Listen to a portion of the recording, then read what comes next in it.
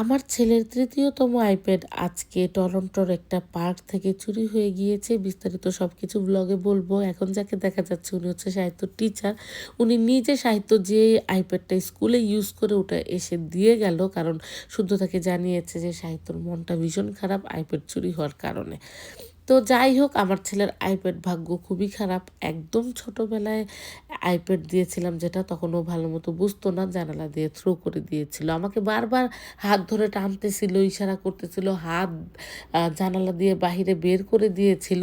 কিন্তু কিছুতে আমি বুঝিনি যে ও আইপ্যাডটা বাহিরে ফেলে দিয়েছে। যখন আইপ্যাড পাইনি তখন সাথে সাথে আমার সব কিছু ক্লিয়ার হয়ে গিয়েছে যে আইপ্যাডটা বাহিরে থ্রো করেছে। তারপর সাহিত্যর বাবা অনেক খুঁজেছে, আমরা অনেক ট্রাই করেছি, কিন্তু কোথাও আর পাওয়া যায়নি। তারপরে একটা আইপ্যাড কিনে দিয়েছি, সেটাও নষ্ট করে ফেলছে।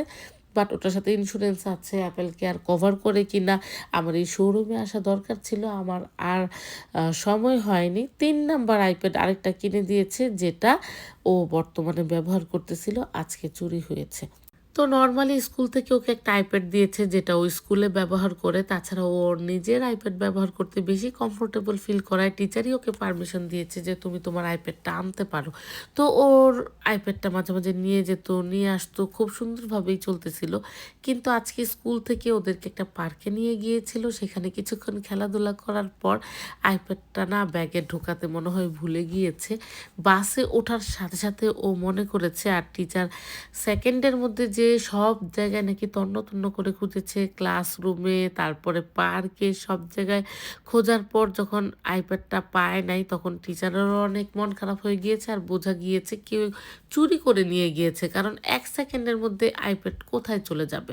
এদিকে আইপ্যাড তো আমাদের অ্যাকাউন্ট ট্র্যাকিং করা আছে, সাথে সাথে আমরা ট্র্যাক করার ট্রাই করতেছি, বাট ওইটা যখন ইন্টারনেটের সাথে কানেক্ট করা হবে তখনই আমরা ট্র্যাক করতে পারবো।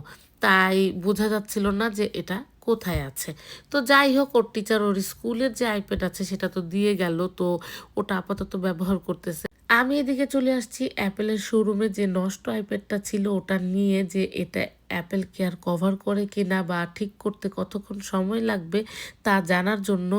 আর যেহেতু আমি অ্যাপয়েন্টমেন্ট নিয়ে আসিনি, তাই ওরা বলল যে 1.5 ঘন্টার মতো সময় লাগবে। আমি সাহিত্যকে নিয়ে পুরো শপিং মলের আশেপাশে চক্কর কেটে 1.5 ঘন্টা সময় পাস করে যখন ওদের কাছে গিয়েছি, তখন ওরা বলল এখন ওরা চেক করে দেখবে যে এটাতে কি হয়েছে, তার জন্য আরও 1 ঘন্টা সময় লাগবে। তো আরও 1 ঘন্টা অপেক্ষা করা আমার পক্ষে আর ধৈর্য হচ্ছিল না। আমি সাহিত্যকে নিয়ে চলে আসছি, আর ওর বাবা বলতেছে ঠিক আছে একটা নতুন আইপ্যাডই কিনে দেই।